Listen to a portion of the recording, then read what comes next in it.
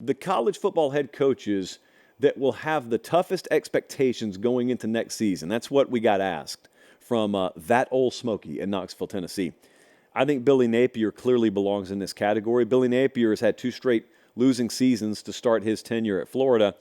The thing that I think is most concerning outside of just the record is the characteristics that you would hope a Billy Napier-led program has, Florida hasn't exhibited yet.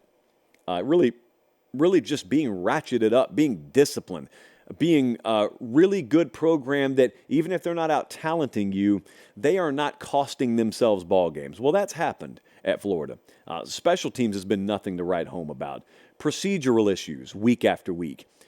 I am not of the opinion that it's terminally flawed because I think Napier's a really good coach. I also think that in college football sometimes you can get a really well-built vehicle off in a ditch and it can't get traction.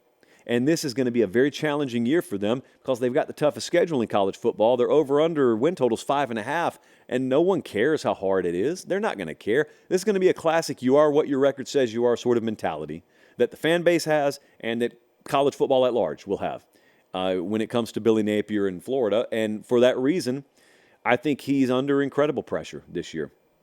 Lincoln Riley at USC, I think, is under a different kind of pressure. So I've got 2 kind of pressures I talk about. I talk about job security pressure, which is you win or you're out. And then there's competitive pressure, which is my job's not in jeopardy, but people expect something from me. I expect something from myself, and for whatever reasons, we're not achieving at that level right now. Lincoln Riley, in his years at Oklahoma, 12 wins, 12 wins, 12 wins, won 9 games in the COVID year, and then 10 wins. He was 74-18 there. Comes to USC year 1, wins 11 games, and there's a widely held belief that he's off to the races out there. And then they go 8-5 last year. He lost almost half as many games last year as he did his entire time at Oklahoma. And then comes the reset button.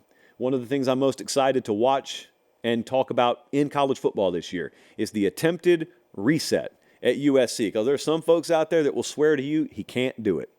He cannot do it. You can talk about it, but he is who he is. His DNA is what it is. Then there are other folks who say, no, he can do it. I mean, he's not too old to evolve. You're never too old to evolve. Also, there are some people who just want to sit there and wait and see. That's me. He's 74-18 in his entire career. You know, Jesse got in the prompter, which we never use. There are 3 teleprompters in here, and we never use them. And he just used them to correct me on a stat. So Lincoln Riley, just for the record, 74-18 in his career. He was 55-10 at Oklahoma. Golf clap for producer Jesse. So Lincoln Riley this year hit the reset button. Hit the reset button in terms of staff, but also hit the reset button in terms of his stated philosophy on his program, which, of course, is words. I've talked about this many times. So now we start to get seeing it implemented and implemented in spring, but really implemented in the fall. If they go 8-5 again in their first year in the Big Ten, Lincoln Riley's not getting fired or anything like that. But there will be people who start to redefine how they think about him. Some already have.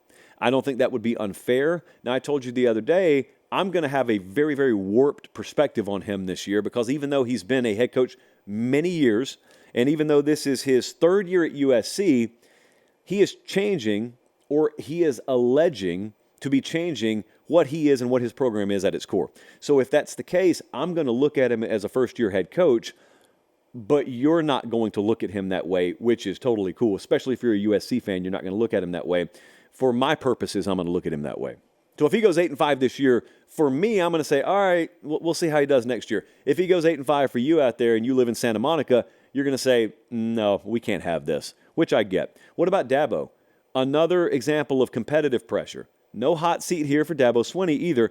Competitive pressure in that he had 12 straight double-digit win seasons at Clemson before they only went 9-4 last year.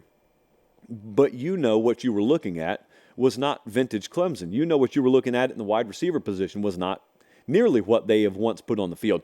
You know what you're looking at in talent acquisition isn't all they could be because they forego using things that other programs use, like the transfer portal. So internally, I don't think they should care about what I'm about to say. But externally, a lot of how they're perceived at the end of this year will depend on what Florida State does, what Miami does, other folks in that conference. Because there's one world where Clemson goes 10-2, but they win the ACC. So I guess maybe 10-3 or 11-2. There's another world where they could also go 10-2, but the two losses are to like Florida State and like South Carolina at the end of the year, and FSU goes undefeated, and they play Miami in the ACC championship game, and Clemson's not even there. Same record, roughly, but because your competition lapped you again, and especially if it's Florida State, who has used the portal again to their advantage and your detriment, perception would be totally different. That creates pressure, a lot of it. Clemson and Florida State, for the record, co-favorites right now in late February to win the ACC. I think Dave Aranda at Baylor is under tremendous pressure. It felt like he may have lost his job last year, and he did not. But this hurts. This hurts because when I look at his career there, he went 2-7 in the COVID year. That's his first year. Then he went 12-2. They won the Big 12 championship. I was sucked in. They have gone 6-7 and 3-9 since, and I could explain it to you. I could make excuses, but that wouldn't be fair because I would not afford people I didn't like as much the same luxury as I would afford Dave Aranda, who I happen to like a whole lot.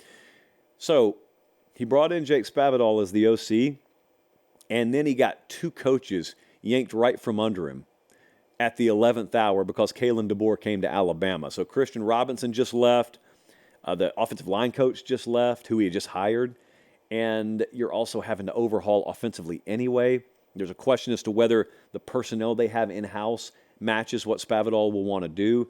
There's not a lot of runway. It doesn't get to be a 2 or 3 year experiment. They've got to win this year. Their over-under win totals, same as Florida. It's 5.5.